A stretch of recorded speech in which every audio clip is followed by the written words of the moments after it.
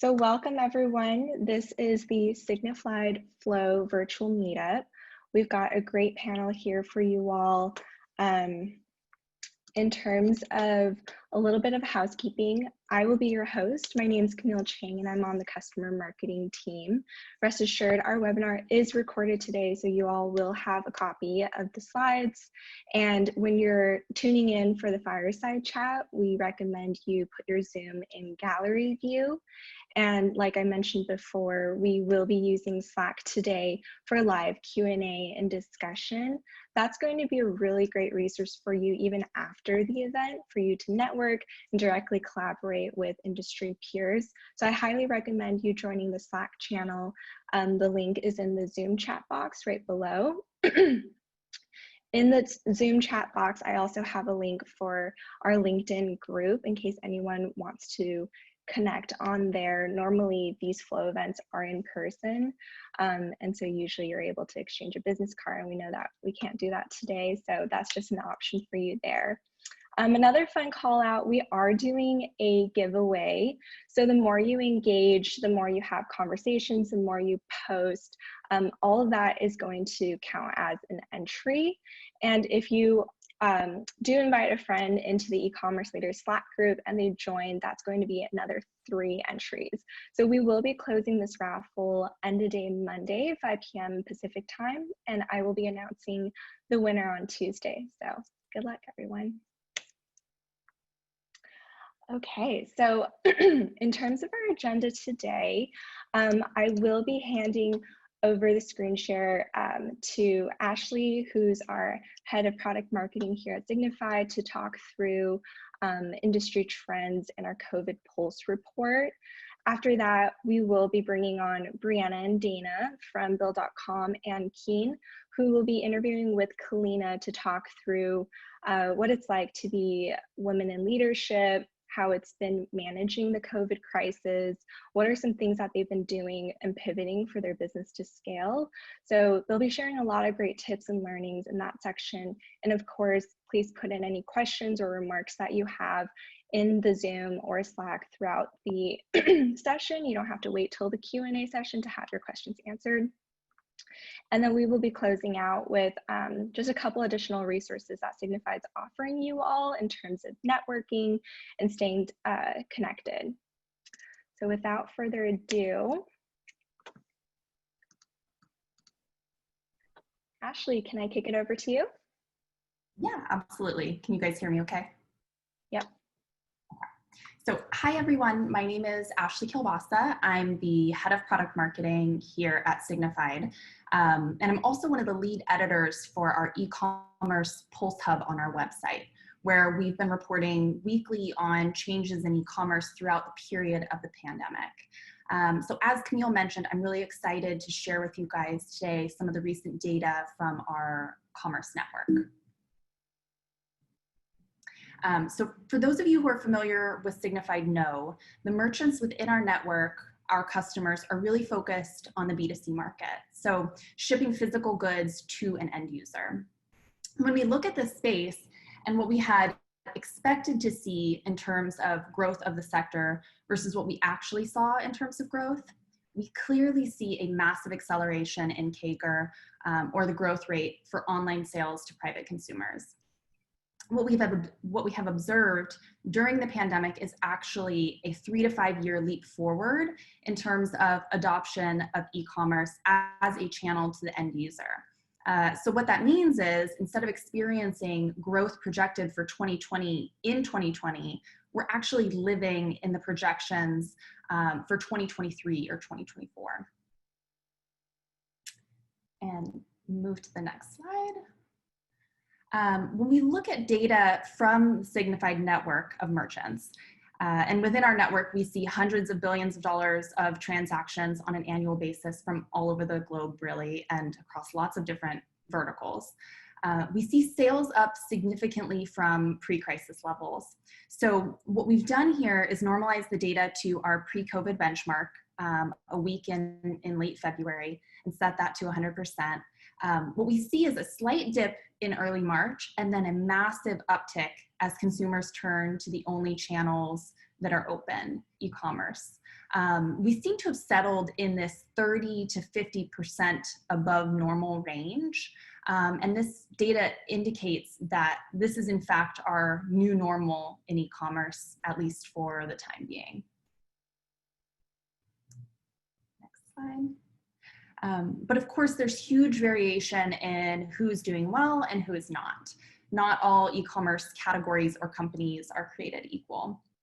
What we've really tried to understand is why some companies are doing so well or better than others. And what we've observed is, in general, the greater the digital presence and the more essential the goods, the better the business is doing.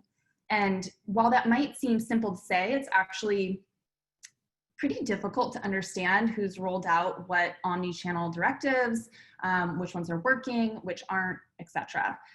So the size of the dot here on the slide indicates the amount of market share online. And as you move up and to the right, the more likely the merchant is to have been successful during this period. So for example, digital goods such as music and video games, we've used Steam here as our example. Anyone that can produce and deliver digital goods that scale arguably infinitely is doing quite well. They aren't running out of inventory, they're able to onboard new users seamlessly, they're paying for their servers, and that's it. Someone like Walmart, who's selling groceries, and their mobile app is #1 on Android and iPhone some weeks.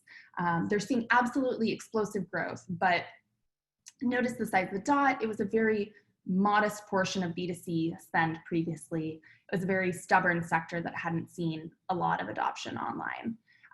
Conversely, companies like JCPenney, very non-essential in terms of the goods they're selling, sitting in the bottom left quadrant. The category of luxury goods has had some difficulties as well.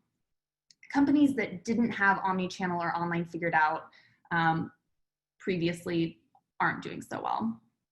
One of the most interesting things, though, to examine here is really the performance of individual retailers. So you'll see huge variation in where those companies sit on this graph. And one of the things we do at Signifyd is we help talk to people about, okay, what is a company like Samsung doing to leverage their partnerships like AT&T, T-Mobile, using those storefronts to be able to leverage all of their existing omni-channel directives to be able to succeed right now. And how can you do some of those same types of things? One of the questions we always get is, okay, but what happens when stores reopen? How long can this last? What will the impact of physical stores reopening be? Well, here's what we know. The chart on the left is pulled from a Harvard and Brown study.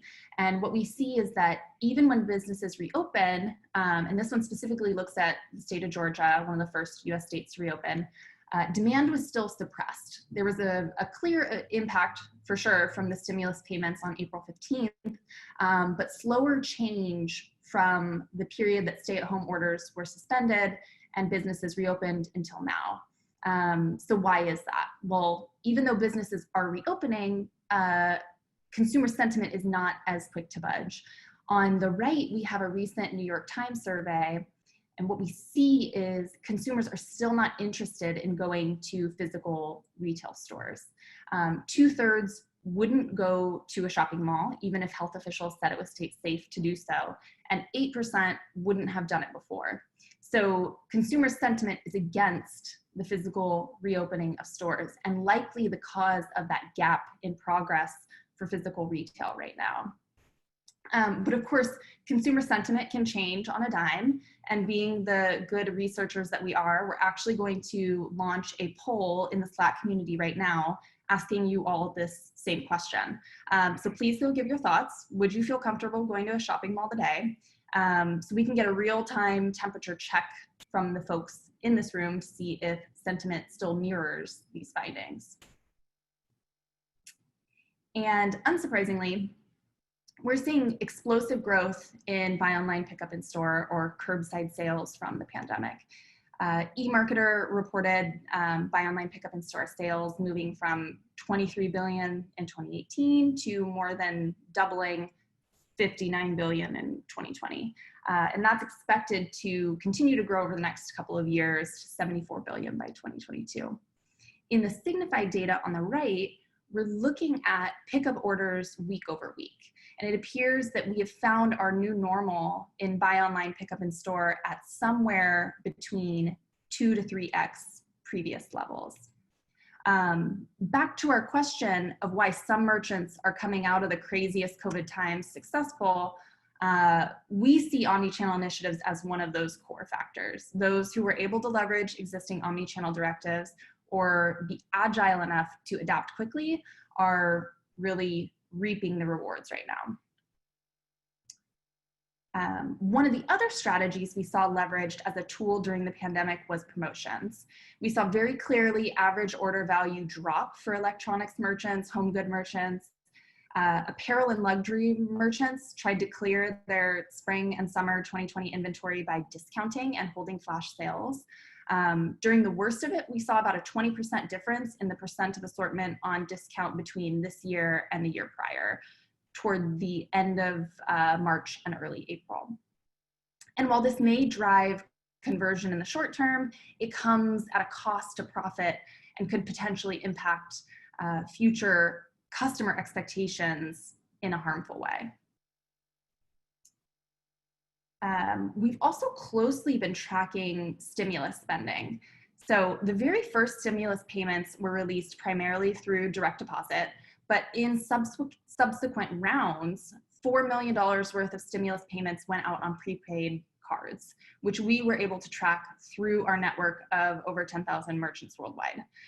We found that consumers are using stimulus money to buy a lot of things, but the winners here, to buy business supplies and home goods. So this is a sign that a significant number of US residents are making adjustments for working life, and they're still prioritizing all of those home improvement projects. Next slide. And finally, most industries across the board witnessed a slowdown in fulfillment times. So if you were worried it was just you, it wasn't. We did see differences in the point at which supply chains were strained though. So grocery and household goods witnessed 5 times longer fulfillment times in mid-March, whereas delays in leisure goods were 3x in mid-April. Fortunately, we're seeing fulfillment times return to not only normal, but actually outperform pre-COVID benchmarks. We can assume this is from a combination of factors. Companies impacted the most learned the greatest lessons and made some corrections. Demand has normalized, allowing supply chain teams to plan better, and also inventory replenishments have begun to arrive. So that's all I have for you guys today. If you want to learn more, there are several ways to do that. We publish reports weekly on our e-commerce pulse page. That's signifyd.com/pulse. And you can always request a deeper dive on your industry specifically as well, whether you're a Signifyd customer or not. You can feel free to reach out to me directly. My contact information is here on the slide, or you can request a deep dive from that same Pulse website or webpage that I just mentioned, signifyd.com/pulse.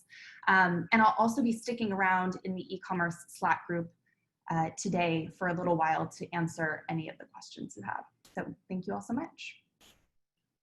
Thank you, Ashley. All right, so at this point, we will be moving over to our fireside chat. So definitely take Ashley up on her offer. She'll be in that Slack community answering any questions that you have. At this time, Kalina, I'll kick it over to you to introduce our panelists and start our chat. Thanks, Camille. Welcome, everyone.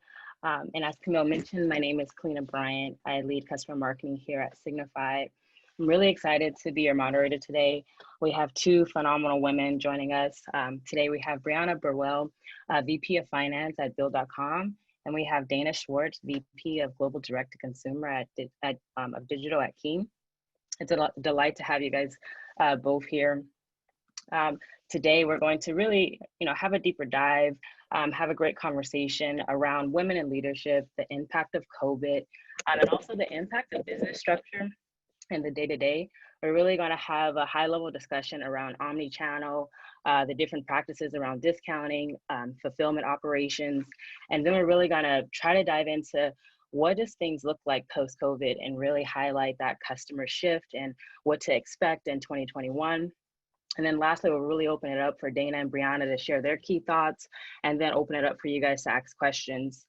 I will be checking the chat box throughout the whole discussion, so feel free to definitely add questions in. We'll leave about 10 minutes towards the end to have the questions answered.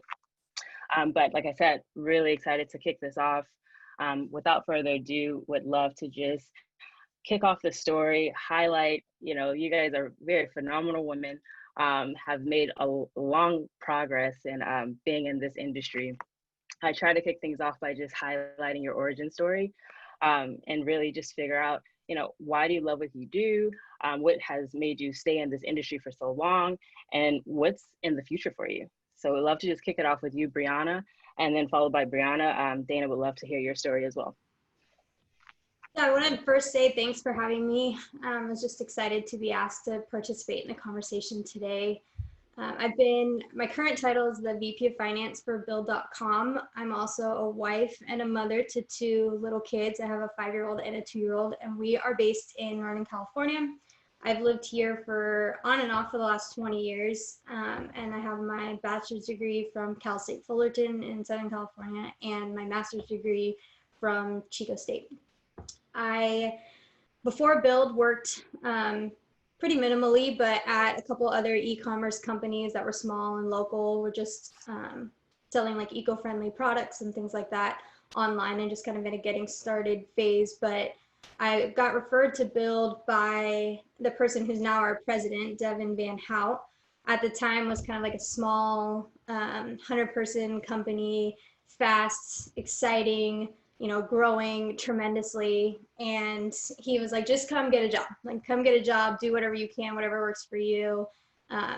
It's a great experience. You should come work here. And so I had been working in accounting, and my educational background's in accounting, but I took a job in marketing because I wanted to build a little bit more of my analytics skill set. And the job I took was heavy Excel work, which I was familiar with, but allowed me to just get more familiar with Build and how we do business, which is heavily driven by online advertising. So it's kind of a unique first step into the business and getting to know what makes it successful. And a lot of that knowledge I still use today in my role. After about a year in that role, I took the assistant controller job that was open in finance. I was ready to kind of get back into the financial side of the world and see what that looks like for a larger company and one that was growing so fast.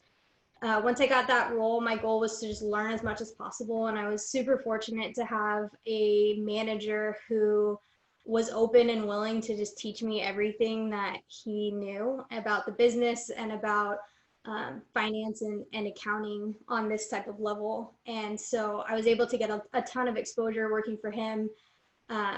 And he became like a really good mentor for me during that time. So I was lucky to have that, and lucky to have him be so open to that. I just kept on taking more and more on in terms of managing the team and the day-to-days of finance, and eventually just kind of became a sinkhole of responsibility, and got promoted to be the controller. And then about 5 years ago, my predecessor left, and I took the VP role as an interim job, and then was kind of awarded the long-term position after I was able to build a good succession plan and present a few areas where I thought we could be better as a business. So it's been kind of a fast and crazy. I've been at Build for 10 years now, and it looks way different than when I started, but I love the people that I work with. I love learning something new every day, and I still get that opportunity to do that. So that's really what keeps me going right now. Yeah, man, that sounds amazing. I was thinking about it, your experience, 10 years at Build, I think that's awesome. And then we have Dana here. I know a little bit about you. You came from the East Coast, started off in advertising and then dove into e-commerce. And then all of a sudden you got this dream job and you just went all the way to Oregon, just packed your bags up and decided to kick off a whole new career. Tell us a little bit about that journey. Exactly. Thank you so much, Kalina. And I love your story, Brianna. It's been a wild ride. I'll just say that. And I think I can speak on behalf of myself and others that might have similar stories or ambitions. I'll just kind of start with this day already. We've had our global board meeting. So I started my day at 4 a.m. Pacific time, online at 5:15. And then they are gracious to give me this break because I'm so committed to speaking on behalf of women and what we are doing, as leaders. So I will be having a sharp stop at 10:30 to go back to my presentation for the board. But it is what I've learned about myself in this journey, and I'll kind of go back in time a little bit, is that I did recently, it's been almost 1 year, June 3rd was my anniversary at Keen, that I realized and I know now that I like to take very bold moves, apparently. And I moved across the country just a year ago, and I took this role with Keen because it was my dream job. And sitting right now in COVID and what we're going through, I know that I was supposed to be the one to take this job because nothing throws me. Resilience is my superpower, and I enjoy pivoting and change more than anything. Give me a blank slate any day of the week, and I would rather have a whiteboard with nothing on it to build or go in and fix something. So I feel like I'm lucky, and Keen is lucky that we were perfectly matched for that reason, because if I wasn't that type of person, this would be a really hard time for me. So when I go back, I will share a story that is kind of dear to my heart a little bit of how I started.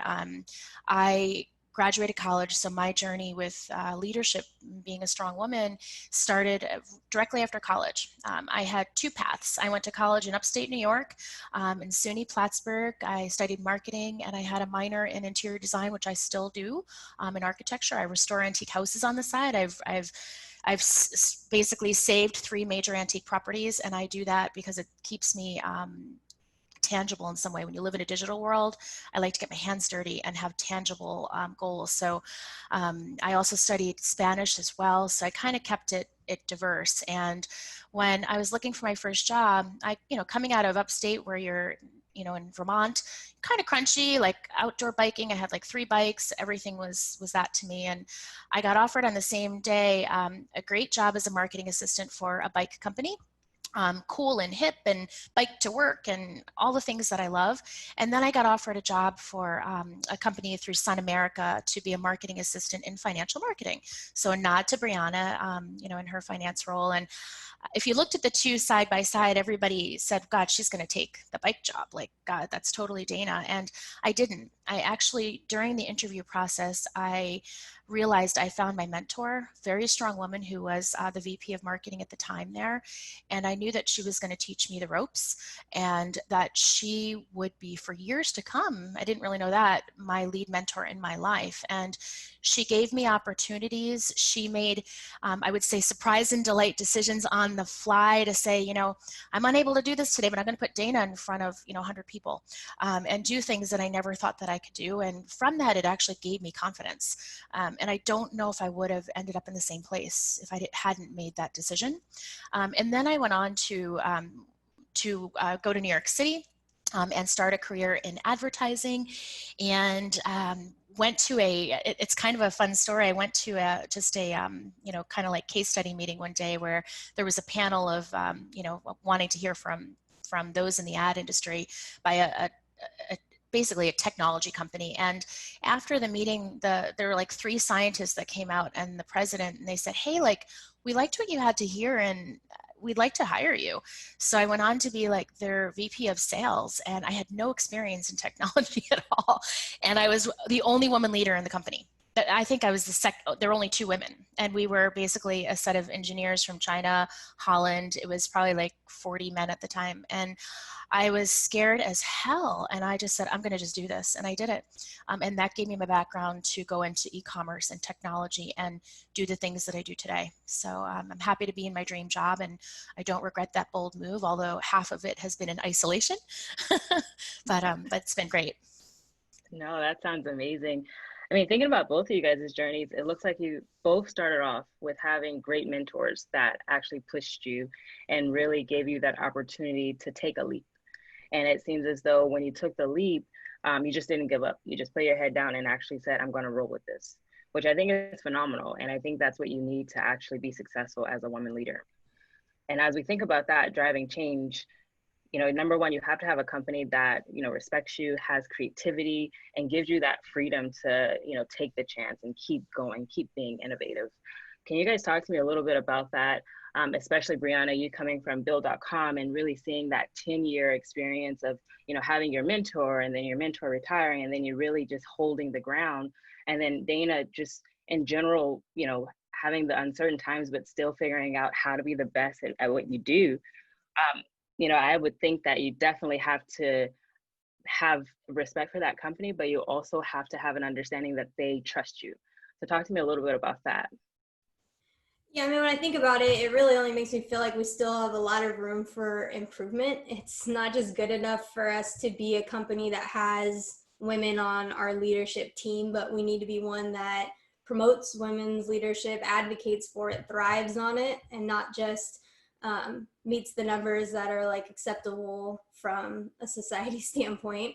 And it's really no easy feat to achieve those goals. Speaking from experience, when my predecessor left, my son was only like 8 months old. And so I faced this predicament of either aggressively pursue the role that I wanted or potentially face an external new boss coming in and kind of redictating what this organization was going to look like from a financial perspective. And so as a new mom, or I guess any mom, that decision weighs heavily on you. I knew there would be a lot of work that would be involved in taking that leap, not just mentally from switching from a very tactical execution based job to the strategic side, but also how it was going to impact my family and my life at home. And ultimately I decided it was something that I wanted. And so I needed to just take the opportunity that was in front of me.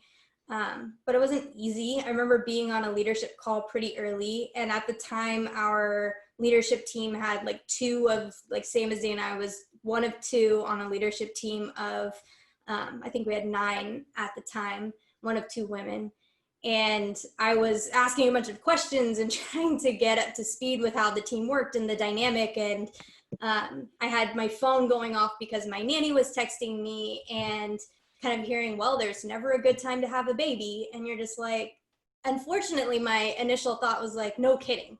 Like, no kidding. I would know that better than any of the people in this room. But you know, when I look back on that moment, I have to kind of forgive myself for that response, because I didn't really know any better as a woman. I didn't have a ton of influential people in my life who were balancing work and family at the same time.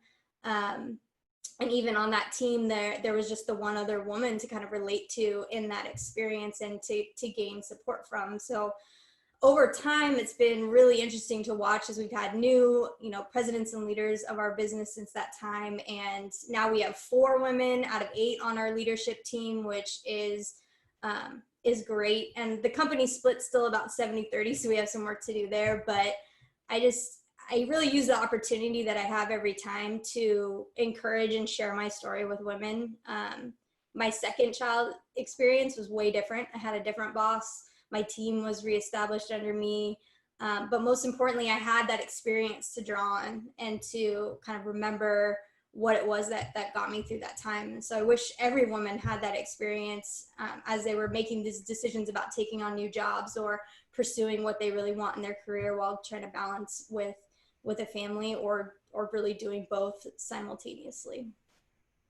No, that is, I mean, honestly, you're a rock star when you think about it in that sense, trying to have 2 children, making sure you give them love, you have your husband, then on top of that, you want to make sure that you're being the best you can be in your day-to-day job, making sure that you can bring in those numbers, the analytics.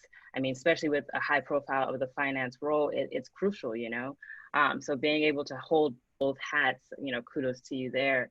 And, Dana, I know that you have quite a different story, but at the same time, a very effective story. When you think about it, I know when you said you took the role for teen, people basically walked in and said, wow, this is so amazing. You had women that were like, we haven't seen someone like you in this role before. And it was kind of, half and half where you're excited about that, but at the same time, really shocked. Talk to us a little bit about that. Yeah, it was really interesting. So I don't know, the attendees that are on the call, I can't necessarily see that in the backgrounds, but look forward to seeing some of the Slack conversation that's going on. I work obviously in footwear and in technology, both very male-dominated industries. And I'm one of 3 women in our global leadership team.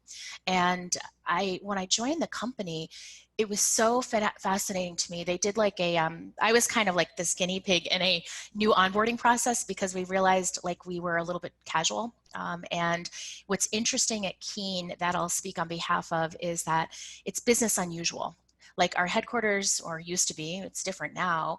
You walk in that building, it's like we're one of the oldest buildings in the Pearl District in Portland, surfboards everywhere, music, like every single thing is reclaimed. Like there's not 1 ounce of plastic. Like it's just, we walk the value statement. So they did this meet and greet for me that they hadn't done before. They were trying just a new process of how to bring leaders into the organization and have them meet people across the organization quickly.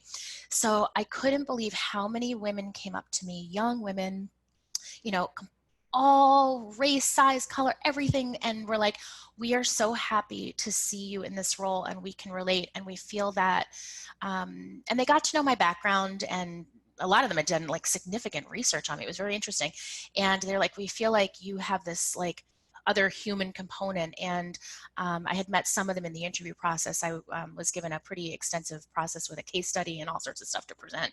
And I just really felt, as I was sipping like a glass of rosé, like, yay, I've arrived. I really felt that sense of responsibility to really be someone, and I'll speak about it today in other parts, that really listens and provokes action. Like you can walk into that leadership role any day to Sunday and say, hey, I'm going to come in, I'm going to carve my own path, make my own fingerprint. And I just was like, this is kind of different for me. I feel a higher sense of responsibility than I had ever before.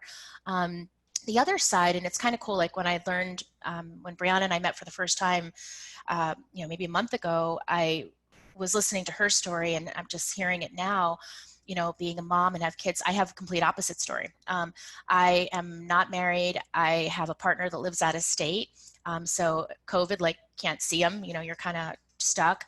I'm the mom to a 125-pound Newfoundland puppy who kind of runs the roost. She's my boss.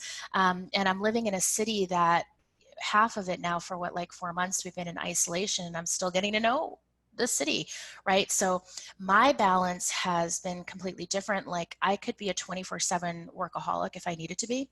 And I have had a struggle. So it might speak to others that are in a similar situation where you don't have a family, but you also have teams that have families. And I've had that struggle of trying to balance, give myself like hard breaks, like Dana, like take a break, because there's so much riding on digital right now. And again, we'll talk about that today. So it's been a little bit different for me. And I feel like I finally made some progress there where I'm prioritizing life. And again, reading a little pop-up here about mom guilt is so real. Even if you're a mom of a dog, like I feel so responsible. I'm like, oh my God, I haven't walked her, and she's a big dog and needs exercise. And so I think mom guilt and guilt along the way is a lot. So it's kind of cool that we've got different stories, and I'm hoping that everybody can relate to them in different ways. Yeah, I think that's amazing. And before I shift to COVID, it seems like we actually have a lot of questions coming in regards to the work-life balance and in regards of just taking that leap. So before we move on to COVID, I do want to actually ask the question. It looks like we have one from the audience. How do you maintain work-life balance with your kids, Brianna? She says that she has a 5 and a 2-year-old, and she has mom guilt all the time. How do you adjust to that? And I think before you answer that, Brianna, the follow-up for you, Dana, on that would also be, for someone that is, I have a dog and I'm a dog mom, but also to juggle, the people that I work with, they have families as well. So I guess the other question for you would be, how do you also have that balance, and like what's best practices? And I know it's give and take, but what's best practices on both of you guys' end? I would definitely say, I get that question a lot of like, how do you do it all? And I'm like, the very true answer is I don't. I fail every day on both sides, or at least I feel like I fail every day on both sides, whether it be at work or at home with my kids. And And mom guilt is definitely something that I feel every moment, probably of every day, to some varying degree. In terms of how I balance, prioritization has always been something that's been a strong suit for me. But right now, more than ever, I've really had to rely on others and frankly say no to things more than I have in the past. When you're used to being that person who is willing to say yes because you enjoy the new challenge, or you think that project over there looks exciting, that you want to participate in it, you end up saying yes all the time to things. And so in a situation like this, you're going to have to say no a little bit more, and really focus on what are the most critical things that you have going on. And some of the times you'll see from a management standpoint that when you delegate those items, you end up feeling like, why didn't I do that sooner? Like, I could have gotten those things off my plate, and my team is ready for those responsibilities. I just haven't given them the chance to take that on and to show me that they were ready for those responsibilities. So obviously delegating what I can has been important. It's really moments like this time where you reap the benefits of building a strong team and taking the time to make sure that those who are part of your core group are really strong and are aligned with you in terms of work ethic and value, and how you're approaching your goals and your strategic initiatives for the year. My husband also works full-time. He actually works at Build too. So we are both working full-time from home with our kids right now. And we're kind of balancing separate but like intentional work time. So like right now I'm able to sit here and be fully present because my husband is with our kids and dealing with that chaos. And I do the same for him. I take some of my time during my day, and I'm intentionally with my kids and paying attention to them so that he can be in here and focus. And some days it's literally every hour we have meetings we have to be in. We're trading back and forth, and we just are having to kind of make it work. But I've had everything. I've had, my 5-year-old, yes, Brian, sorry. I actually thought that when I said mom guilt is real, that dad guilt is real too. Parenting guilt is real at all forms. But, I've had that one call that's important that day that I need to be on, that I need to be focused on. And my 5-year-old is literally climbing on top of my head, trying to get, my attention, and having to pull him off and talk to him and talk to the screen. It's a challenge. It's exhausting. And the thing I keep reminding myself of is I didn't specifically sign up for this. I signed up to work full time and to be a mom when I kind of come home from work, and having those be separate. And right now they're blended. And so while I didn't specifically sign up for it, it is my real life, my reality right now. So it just means taking it, one day at a time. Build has been incredibly flexible in allowing us to, work odd hours and kind of take it as it comes. But it's a different challenge every single day that we just are working through as a family and as a company. I know that's phenomenal. And I want to leave some time for you also, Dana. Yeah, to take off of what you said, I have to say, like, and I'll talk about this throughout today a little bit. I'm kind of thankful for the byproducts that COVID has given us, in that I've never been able to get to know my team better and their families more than now. It paints a more human picture of what we all are, right? We're all like, we have our work persona, and then we go home, and you kind of hear about things like, oh, I need to leave early to take care of this or that, or, I've got, whether it's dog or kid responsibilities, mom, dad, what have you, but it's all real now. So I have a couple of team members in my group. I've got about a 40-person team in the US, and who have new babies. And I know, like, what my email marketing manager, little baby Calvin, is like our little mascot now. And we're like, wait, where's Calvin? Like, he's not in our meeting. And I never would have had that opportunity to get to know my teams and their families, and even their wives pop in. Like, it's really been a nice opportunity, I will say. And the example that I'll give a little bit in contrast is we have to walk the walk as leaders, right? My guilt for me, my family, like my work family, is kind of like my guilt, where I feel like sometimes I do fail. I don't have enough time for everybody. Our second week into COVID, I had a resignation in my team where my head of digital marketing, like, gosh, talk about like shifting everything to digital. And she was resigning to move on to Seattle. Her husband got a great job opportunity. And I was like, wow, what are we going to do? And it was like, okay, like now I've got her whole team. That's my team I'm going to directly manage. So my mom guilt has been more like my team, not like not being there. And I'm making a conscious effort to prioritize one-on-ones and be there. And then the other part that I'll just share, and the balance is, I chose my my background for a purpose today.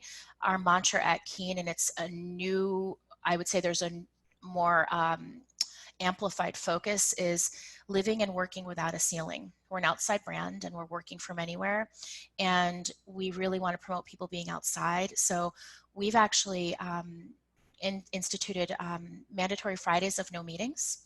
You end work at 2 o'clock, and during the day, like take 1 hour break to do something outside and feel good about yourself and to clear your mind. So that's been kind of like a tactic that we've been using. We've really started it to be more formal across the company. We were not doing it in all groups, but it's really helped with balance, where people feel that they actually can take a break versus feeling guilty. So that's incredible. And it's interesting too. I think that, you know, it is perfect timing. When you think about it, you're adjusting to a new day-to-day, both of you all. And when you're thinking about COVID, it came out of nowhere.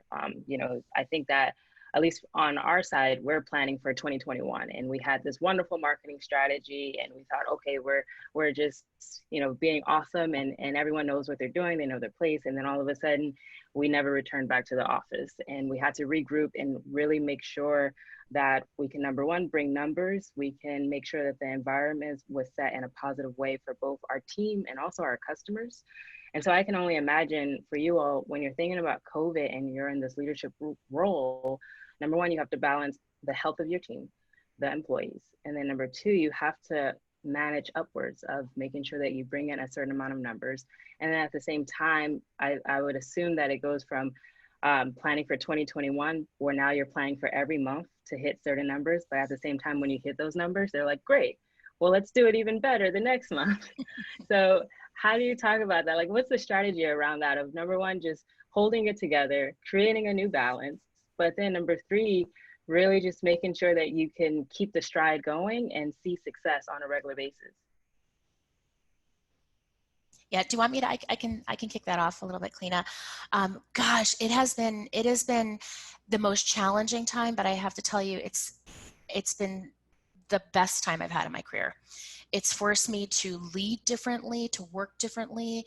I know Brianna touched on the fact of like delegating and to empower my team. And I'll like literally a quote that came up this week. One of our team members said, I've never felt more empowered and more actionable, that we're making clear decisions. We used to sit in meetings for hours and not be productive. And now we're able to do this and just be more efficient and effective than we've ever been before. And one of the I would say mantras that I'm living by, because when this all went down, running a digital business, everything changed overnight. And I literally felt this need to like save my company. I don't even think I slept for I don't even know how long. And it was like, okay, we've got to take this seriously. And we reforecasted in our first week to be like going from like, you know, let's use some general figures, but like, you know, a 20% growth rate to 100% growth rate, and build out, you know, what are we selling? What's our inventory position? You can just like, you can't throw a dart. You have to have product to sell and marketing programs to do it, right? And investments, and just pivoting with a whole new strategy. So, you know, your call out on, we did all of that, and then we've just been given a stretch goal. We just closed our new stretch goal last week, which is what I'll be presenting next after this. And so it doesn't just stop there. And it has been extraordinary. And I think one of the learnings that I've had that I will share is, you have to like, you know, really be like, there's a lot going on and you could get really stressed, and I try to hold that in well. Really being calm, confident, and consistent. So 3 C's for me. Consistency is very important. And I feel that during COVID, I think all of us in some level, there's been uncertainty in every area. like our whole life, right? Everything's just turned upside down. And when you can bring structure where there's uncertainty, I've really been doing that with my teams, meeting with my business leaders and making sure it goes down the whole team of give structure in a time of uncertainty so people feel comfortable and they feel that they know something. The level of transparency that I have brought to my team, I've always been a transparent leader. You know, I don't play games. I'm incredibly transparent. I really like to work that way. It's better in solving problems, and I don't think I've ever been more transparent with my leadership team, and that trust goes both ways. I mean, I share things with them where they're kind of halfway there, or maybe in the past I might not have, but I'm bringing them into the equation more, and it's been instrumental. So I think that that's really important during these times. Absolutely. I love that. I think. Yeah, I would echo like that when the times are challenging is when you kind of default back to your core leadership style. And for me, mine is also like honesty and setting expectations that are clear and confident, and, you know, delivering that to my team so that they understand exactly where I'm at and where I'm coming from. I've always been super transparent with my team, like to a fault in, you know, a couple of experiences, but it's just my style. And I'm asking these people in a lot of cases to do like an inordinate amount of work in what's often a very small amount of time. And it just feels like kind of the least I can do to respect them and their time and their effort by answering their questions and listening to their opinions and being as open and honest as possible throughout all of it. I try to make sure that I'm like in front of them, like in this case in video, but normally in person for any type of like big pivots or company announcements so that they can see my face and my reaction and my body language around how I'm responding to something. And I think all of that just kind of like builds that loyalty on your team. And keeps people kind of believing in you and what you're trying to do for the company. It sort of like ebbs and flows with your team, but that's like my core leadership style too, and what I find myself constantly coming back to when it's this time of like chaos. And from a tactical standpoint, I've reforecasted the last 6 months or the last like 3 months. I don't know. I can't even count as how many times I've had to do those reforecasts and how many models I have, and I can't keep track of the docs anymore, but there's a lot. We've been doing a lot of that. I too have just presented our like rest of year, but we're also simultaneously working on our fiscal year ends at the end of July. So we are trying to set our next year budget and trying to predict when things are going to shift back to what we've historically seen from our business from a customer perspective, when things will go back to some level of normal. We're trying to predict all those things in our next year. So it's been a lot of work over the last couple of months. I bet. I mean, I'm taking notes myself, just thinking about the 3 C's and just the transparency side of things. I think that's key for everyone, especially during this time. And, also not knowing when the time is going to end, what is the new normal? I don't think no one knows. But I'd like to use that time to actually just shift and think about business structure.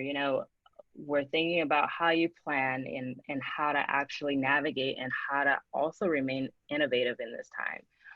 And so thinking about some of the things we've talked about in the past, we have omnichannel, which is big for everyone right now, but everyone thinks about it differently. And so I want to get both of you guys' take on it. How are you approaching your version of omnichannel, and how are you inserting that in your company? Yeah, I can start with that. So from a tools and technology standpoint, we've just moved 100% digital. We just did our sales conference digital. We do all our meetings, board every single aspect, and we are now committed to selecting tools consistently across the organization. That was huge in the beginning because some are using Slack, some are using Microsoft Teams. Like, we were all over the place and it was fragmented. So we're centralizing that so again we can be more connected. Omnichannel for us and how we define it, we have a pretty small store footprint. We call our stores garages at Keen. So I've got a small footprint in the US, and then Japan is our biggest market actually. But omnichannel for us is truly meeting our fan where they are, and making sure that what we've been doing during this time from an omni-channel standpoint, which I'm really actually pretty proud of, with Keen being a brand that has small retail footprint, we've defined omni-channel in a way of helping our partners, our business partners, because wholesale channels, it was like stores are all closed, right? A lot of companies have gone out of business, and we pivoted and decided to work on and we did this on a global level on what are the best practices. We gave a playbook of like the top 10, and a lot of I'm on the council of, NRF, and a lot of companies and organizations have done this, of how to reopen safely, like what are the best retail best practices. So we took our channels and looked at them from a different lens, and then from the standpoint of, the smaller brick and mortars that get forgotten about, that are largely focused on selling, in the market from a traditional way, we pivoted and put together a multi-week series on training them on how to sell digitally, helping them launch Shopify sites, really helping them be better at what they're doing so they don't go out of business. So the mom and pops became more important to us, where if I put on a different hat, like if I go back a year ago before all of this, omni-channel would have been like completely different. It would have been more of an industry conversation, and here it became so community-based. We also enabled the ability on our own website, which was a little controversial internally across our team, of presenting inventory at our local stores and partners, promoting curbside pickup, taking that risk of doing that. I'm also seeing Kalina's little note here on fulfillment and all of that. Like we pivoted we didn't do curbside pickup because we did a survey to our fans, because we're very data driven at Keen, and more than 70% of our fans said they wouldn't be interested in that service, because footwear has fit pieces and other components of it. So we pivoted to be sure that we could help our partners and promote their ability for local curbside. And another part of omni-channel that we really looked at, we were lucky actually at Keen, and we still are. We were shipping product. We've had great inventory position. We own our factories, which are not in China. So we've had almost no impact to our back-end supply chain. And our fulfillment level, our distribution center was working the entire time. We had delays, much like others, due to safety measures, right, that you need to take. But we've been up and running the entire time without any lapse, which I think has been really instrumental to our business and keeping everything going. I think that's great. I'm actually just trying to check the time. Dana, I know you have a big presentation in about 5 minutes. And I know, Brianna, we have a lot of sections that I definitely want to cover around like next steps. But I do want to take the time, Dana, and you touched on fulfillment and inventory, but another big thing that I've been seeing in the industry right now is discounting. The year is coming up, the seasons are changing. We're going from spring to now summer, and with shoes being, in hiking, that's one thing that you can do right now during COVID. Talk to us about that. How does discounting look in your world? Yeah, it's interesting. I don't think there's a day that doesn't go by where I have like at least 3 pretty heated conversations around this topic. So we decided right away that we were going to go on a MAP break holiday. We have a pretty formal MAP policy at Keen, and we knew that not only did our partners need relief, right? They're sitting on inventory. We want to keep the at-once business orders coming in for those, keep .com going as well. And we also want to give our fans the ability to purchase for value basis. So we took a MAP holiday starting in April, and we've been on a MAP break holiday pretty consistently. But what we've done, and it's interesting how the journey evolves. We've only been at like a 20% off, where we've seen other brands be closer to 40 to 50% off. We did not want to go that deep because I have pretty high margin goals, which in fact I'm now exceeding, which I'm thrilled. I was really worried, frankly. I'm like, how can I make these goals? So we've been really looking at that as something that we don't want to always uphold. And what we also did, we started to look at our core franchises in the company, key product lines that we initially took off, went on to MAP holiday, and we brought them back to protect them so we could preserve our full price. And we don't want it to be damaging to our brand going forward. So we just are really pulling back on that. I feel that brands have been forced to discount, and frankly, when I think about 2021, and I know, Brianna, we're in the same kind of we're forecasting for 2021, the biggest challenge that we're having, and I wish I could stay on to hear more, and I'll follow up to look, but building comps on top of this first half of the year is so incredibly challenging. When we look at normalizing a business next year, there's definitely a channel shift that's going to be future, right? There's a shift of going to online shopping, right? But by all the discounting, those comps are going to be very hard, and we're being pressed to deliver double-digit growth again next year. And first half is all I can speak to, because who knows what holds in the second half of the year. So and thanks for the call out on being a fan of Keen's. I love to hear that. And you reminded me too, thank you for that, on a key trend. But it's definitely a hard story next year to comp that kind of growth. When we've gone literally from a single-digit percentage of what direct-to-consumer globally represents for Keen to double-digit in 3 months. And it is extraordinary. We've reached basically where I was supposed to be in 2.5 to 3 years. And now the desire, right, is to continue that and keep growing at that rate, which is definitely challenging. And someone just made a call out on loving our shoes for kids.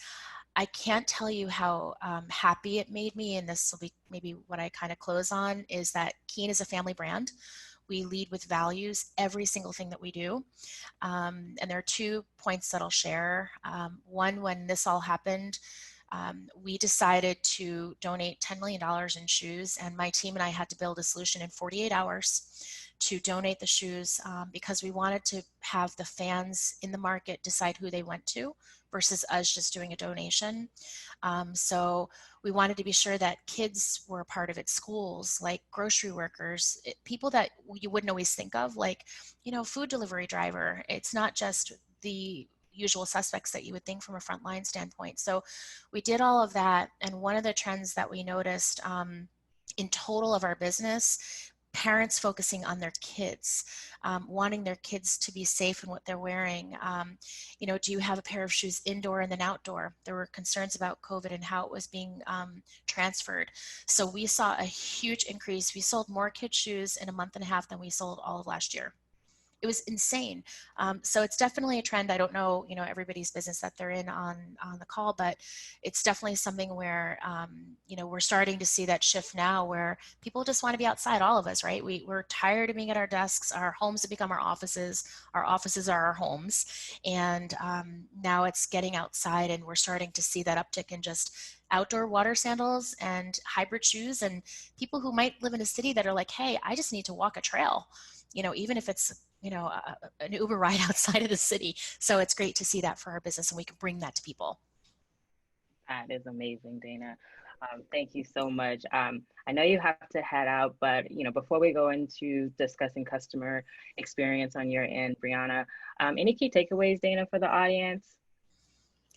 Yeah, I would say that my key takeaways are one, just like to stay strong, like looking at, being a leader, and you're committed. So I think that we're also focused on the KPIs and what we talk about in these stretch goals. Like it's a lot, but just making sure that in that strength of leadership, be human. Like I every single day I'm presented with something that I didn't plan on the day before that is about empathy and humanity in some level, whether it's what we're doing in communities, all that's been happening in the world. But that is my number one. And my number two is listen. I have never listened more ever than I am today. In my teams, we've got multiple Slack channels in the organization going on. So at all levels, people feel empowered. And by a few just sound bites of listening, and I get to report to our founder and owner, I am able to bring those sound bites and make them actionable. So my listening ears are bigger than they've ever been. And I truly take time for that. Wonderful.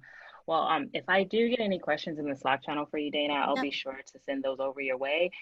Dana is also a part of the e-commerce Slack channel. So if you guys do want to follow up with her, she's there for you. Make sure to partner with her and join her on LinkedIn. But thank you so much, Dana. Thanks. I love the opportunity. Thank you so much. And take care, Brianna and Kalina and team. Bye. Thank you. Now back to you, Brianna. This whole fireside chat thing via Zoom, it is a whole different world, right? But definitely want to continue the conversation with you. And I really want to talk about the post-COVID strategy. You know, as you're thinking about planning on customer experience, when you're thinking about that customer shift, I want to talk to you a little bit about how do you maximize that customer shift? Yeah, I mean, it starts first with knowing that it's happening. You know, we have to have reporting in place and understanding like who your customers are, what that looks like historically for your business in order to be able to understand that it's changing, and then knowing well enough about those customers to be able to know what kind of impacts, like from my perspective, that's going to have on your profitability profile. So customers' perspectives are all changing all the time. And COVID-19 is just kind of another variation of how that looks and what's going on with the customers. So our customers have all historically been online shoppers, right? But now they're getting an omni experience in different areas of their life, and they're starting to form what their expectations for the future are going to look like around that concept. And we need to be able to meet that. Like, our view of omni is the right product for the right customer at the right time. So you have to be able to kind of meet them with their varying degree of needs in all those ways. In terms of this particular experience, and I talked about this in one of the other webinars I did, but we saw some initial category response with freezers and bidets where we saw sales really take off. And after that, what we really saw was the customer shift. Our business is typically pretty balanced between a consumer and a professional, which would be like a general contractor or someone like that. And it's typically pretty balanced, but with professional customers having to shut down, consumers not willing to open up their homes to have professionals come in and do that work for them, we saw that business really, really slow down. And then we saw the consumer business really spike up. So it's now like over-indexed in terms of how we typically have run our company. And when you think about those two, you have the professional who is much more expensive to acquire initially, but once you build that brand loyalty with them, they come back and they shop with you, they have higher AOVs, and you're not having to market to that customer every single time they want to shop with you. And then on the consumer side, it's cheaper to acquire on the consumer side, but you may have to acquire them every time because they're just buying one-off individual products. They may not really have gotten the full experience or recognize the full breadth of products that we have to offer. So they may be cheaper, but they also then have that trade-off of it's a lower AOV and they're buying much smaller carts. And the margin profitability profile of the two is quite different too. For our loyal professional customers, they're working direct with account managers. They're getting different sorts of volume discounts, job quotes, and things like that. So they typically are a lower margin, but a consumer order is typically got a higher margin. So as we see it shift, we're seeing our financial shift as well, where we have our marketing costs are going up, but so are our margins to help offset that. And I think as we look forward and we start to see states doing reopening, we start to see our professional business come back, we have to really pay attention to what that mix looks like for our business, because we do have margin goals, we do have profitability expectations that we have to be meeting. And so we have to really pay close attention to that shift and make sure that we're not allowing ourselves to be disproportionate in a way that's financially disadvantageous for us. We have to keep that balance.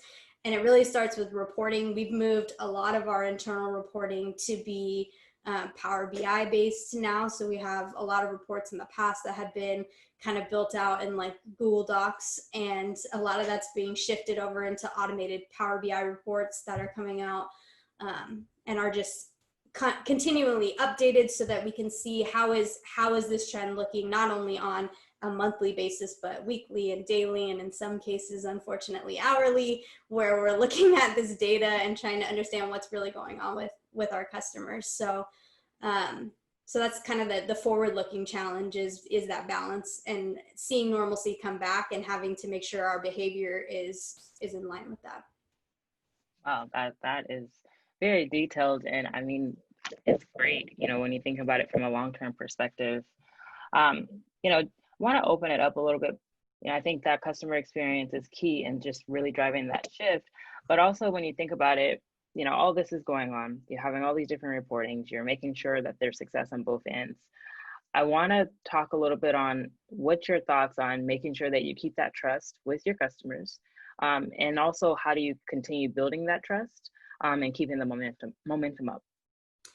Yeah, I think it starts with your employees that are on the front lines of that experience for the customer. And with making sure that as you're having the higher level conversations about strategic direction, that you're keeping the customer right in the center of that conversation and not letting yourself stray down the, well, this would be really great from a business standpoint. You always have to keep the customer at the core of that conversation. In terms of the employees, it's not just your salespeople that are influencing that customer experience. It's, the other service groups like finance, people on my team, sourcing departments who are in charge of making sure these orders are really flowing through your system. That all contributes to the customer's overall experience with your business. And so I think keeping, support for those teams, especially in, what is a difficult time with, my team typically all sits right next to each other and a problem comes up and they just kind of stand up and talk about it and try to solve that together. And they don't have that right now. They're in, chat rooms and it's not as ideal. So making sure that you're engaging your employees and you're paying attention to what you're seeing from them, and what you're hearing from them in terms of not just from a customer's perspective, but for how they're feeling is going to really they set the tone for that customer experience. And so I think it really starts there. And that really looks like flexible hours, creative problem solving, learning, taking a stand, making long-term changes. Your teams know how to do their jobs. It's just a matter of do they wake up every day wanting to serve your business and your customer? Because I think that's really a reflection of how they're being treated as a human being. So I definitely think it starts there with your employees. And then from that customer perspective, just really keeping your focus on what is the advantage that you have to offer them, and making sure that is just continually brought to the forefront as they go through your shopping experience. How can you make it as easy as possible to shop for complex products, to do everything in a product life cycle, returns, credits, all those things. Really just keeping that focus on where you can stand out from your competitors. Yeah, no, that's great. I have another question that actually came in from our Slack channel.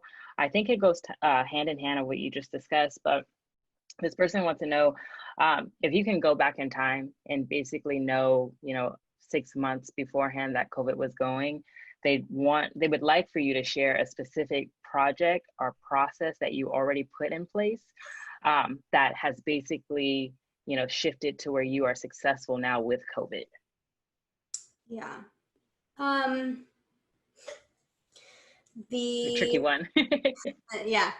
I think that, we're right now we had already started, but in a slow way, further integrating with our parent company, which is Ferguson Enterprises.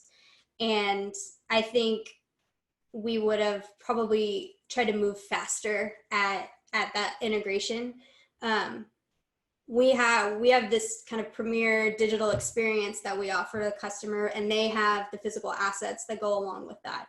And so our initiatives right now are really about how do you blend those two together to offer a consistent experience, no matter whether they're encountering a Ferguson or a Build.com business. And we kind of took a very, I would say a lax approach to that, and putting some more urgency and some more specific goals around that earlier, I think would have put us further ahead than versus right now we're trying to catch up. We're coming from a place of, antiquated systems and homemade systems and less than ideal partners and great partners, and trying to figure out what's the best of all of that and how do we fit it all together into one so that we can move forward together as kind of this larger collective business. So I think being more serious about that integration when we started that, which was almost a year ago at this point, we would have been further ahead in the game. No, that's great. I mean, it looks like based on what you just said, we have another question in from Slack. This person wants to know, from a finance POV, what has your approach been protecting budgets during the uncertainty, and then losing during COVID versus funding e-commerce projects or tech stack enhancements to power and propel the customer experience? Yeah, I think as a financial leader, you always kind of have your list of, here's the things that we, your like worst case scenario list. If you have unknowns of what's going on, like here's the things that we would pause for the short term until we figure out how our business is really going to respond to the environment. And that's everything you're talking about here, like travel and very basic things to halting testing, halting contracts and things like that, to make sure that you don't put yourself into a financial position that is going to, have negative repercussions to you as soon as you sign that new contract. So I kind of always have that list of areas where we can go and say, okay, we're going to halt these things because we know the impact of this would be minimal. But we have made decisions during this time, even with the uncertainty, to make commitments from like a tech stack perspective that are going to set us up for the future, because we know that that's the right decision to make in the long run for us. The Ferguson's CEO is Kevin Murphy, and he always talks about, like, we can't forsake the short term for the long term or the long term for the short term. We have to be a balance of both. And so we protect it by pausing things that we know aren't critical, but we were able to kind of quickly recognize that our business was going to be on the advantageous side of the COVID situation, and that we were going to see positive results from people being at home and deciding that they were going to finally paint their office green and hang up some posters and do those things, right? Like we recognize that customers were going to do that.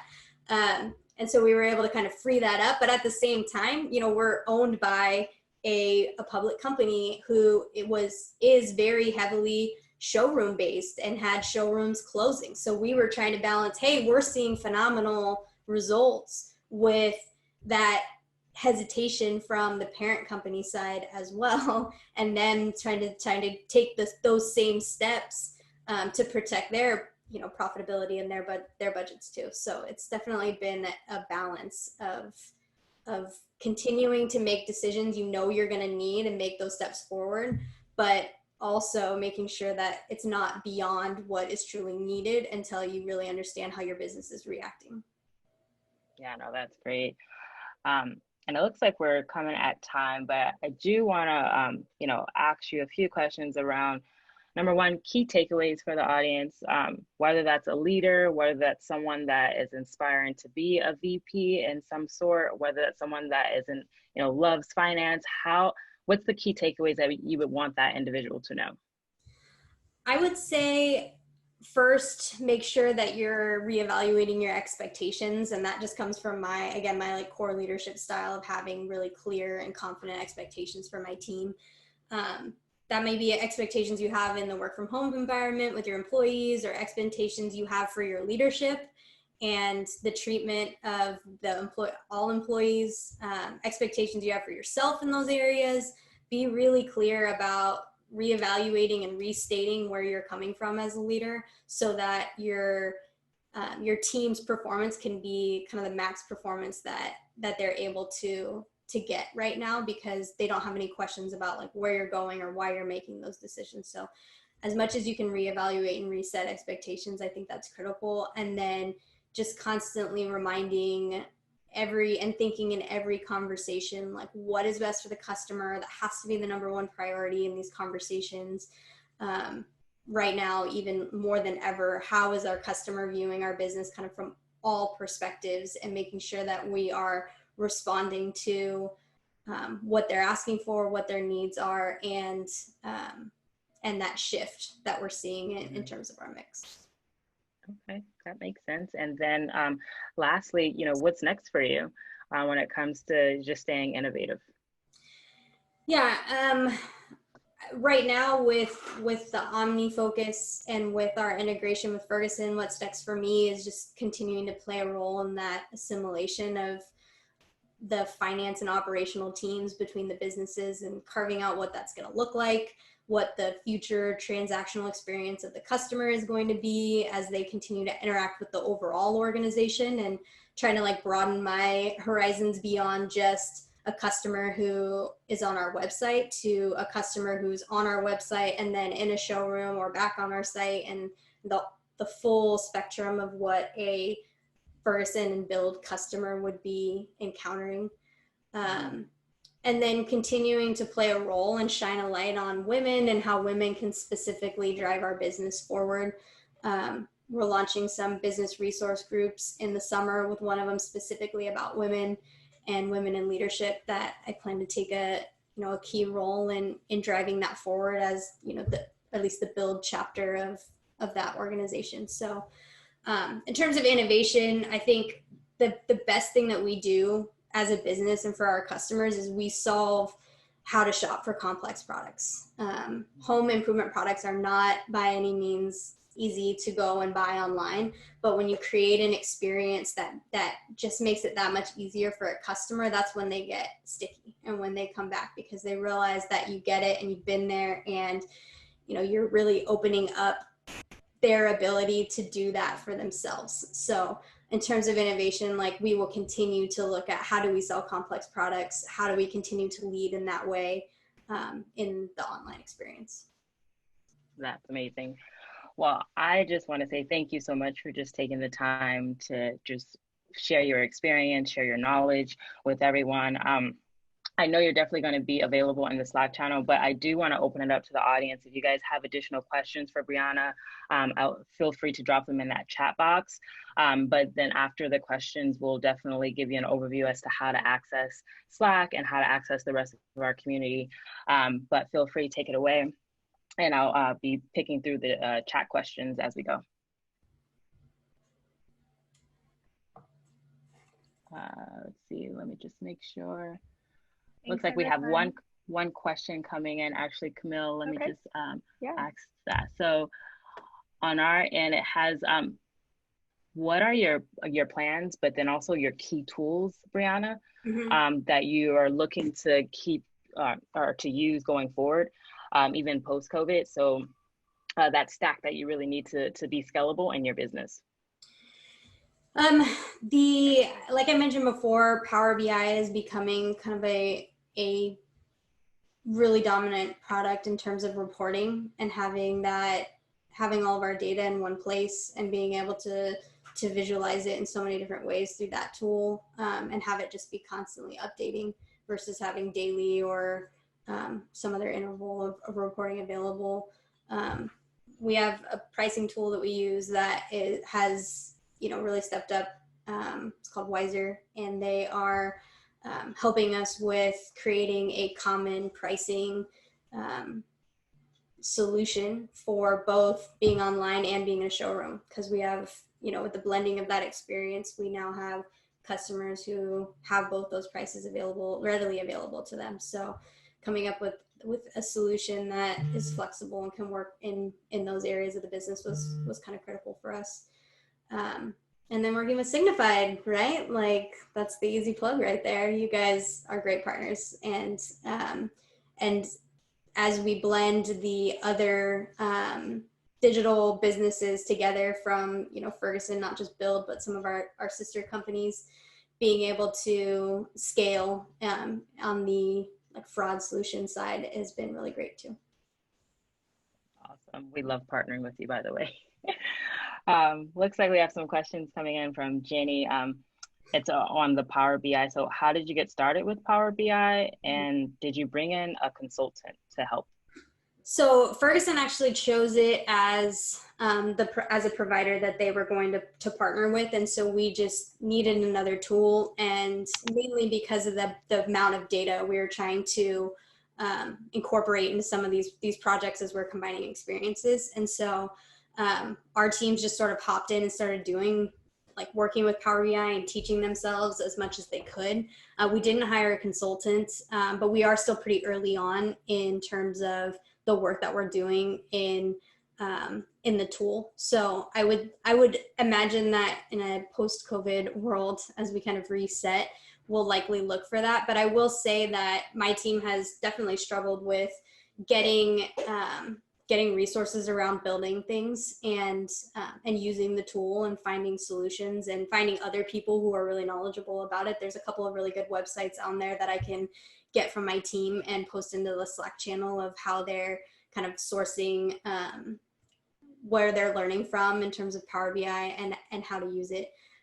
But we haven't used a consultant. We've just been mainly focused on getting all of our data into one place and then kind of stitching it together with other companies, because everyone's data looks just a little bit different. So getting that stitched together and then some basic visualization pieces. Awesome. Well, it looks like that's all we have coming in. Thank you again so much. Insightful stuff, Brianna. We appreciate you so much. Like I said, everyone, she'll be inside the e-commerce Slack channel. Before we close out, I'm gonna pass things over to Camille. She's gonna just walk you through, the community layout, how to actually navigate through it, and then we'll meet you all over inside the Slack channel afterwards. Yeah, thanks so much. And so many great killer questions. Let's definitely keep those coming in. Just for the last couple of minutes, we're all figuring out COVID together, and Signifyd recently launched this new Flow web page. It's a really great resource for merchants looking to network, share ideas, and stay connected. We'll be continuing our Flow events. They're going to stay virtual for a while, so you can always come reference the upcoming ones here. The recording for today will be stored under the highlights. You can always access our recordings from the previous ones here as well. And of course, just as a teaser, you can look through our gallery to see what our in-person events normally would look like, and hopefully we can bring those back very soon. We're always looking for speakers for our next event, so please fill out this form and let us know if you're interested. It's a really great opportunity to showcase what you all have been doing, and of course, share ideas as people are trying to get that group therapy and collaborate. Here are 3 communities that are available today. Of course, our Slack group, the e-commerce leaders. This is open to all merchants and it is invite only. As a member, you can go into Slack and just get that invite code, or you can always message me directly in there if you have a peer, coworker, somebody who would really benefit from it. We have a LinkedIn group for people that want to expand their professional network, or maybe you saw a profile today and you're really interested in learning more about what that person's org is doing. So this slide will be linked, and I'll share that group link again in the Zoom chat and Slack group so that you guys can go add yourself there. And for any of our Signifyd customers that are dialed in today, we have a customer only community called Flow Forward. Let me know if you're not in there. This is a really awesome place to get the latest information from Signifyd, get product updates. We will be launching user groups very soon, so make sure you're plugged in there just to stay up to date. We also have a rewards program, so as you're learning, as you're networking, you're also going to be rewarded, just keeping that fun. And lastly, anyone who didn't join Slack today, this is what it looks like. You're able to add it to your Slack workspace. It's basically an instant messenger app, and we also have these channels for you all to network, share ideas. So here's where the pulse reports will be updated weekly. Our upcoming events will also be announced. Make sure to introduce yourself, take a peek at the jobs board if you're looking to maybe make a change, and of course, just participate in our giveaway. This doesn't end till Monday, so we hope that you guys keep communicating, keep sharing those ideas, and then I will be announcing the winner on Tuesday. So with that, thanks everyone. Hope you enjoyed. The recording will be coming soon, and we'll make sure to email that out to you. Thank you.